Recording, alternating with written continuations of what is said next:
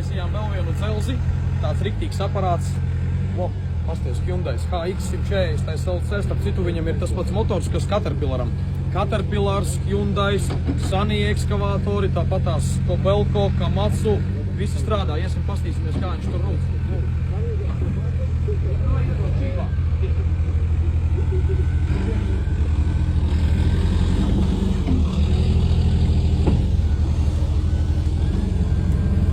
Ja ir vajadzīga kaut kāda planēšana, tur rakšana, tāpat tās krūmus kniebja ārā vai vēl kaut ko.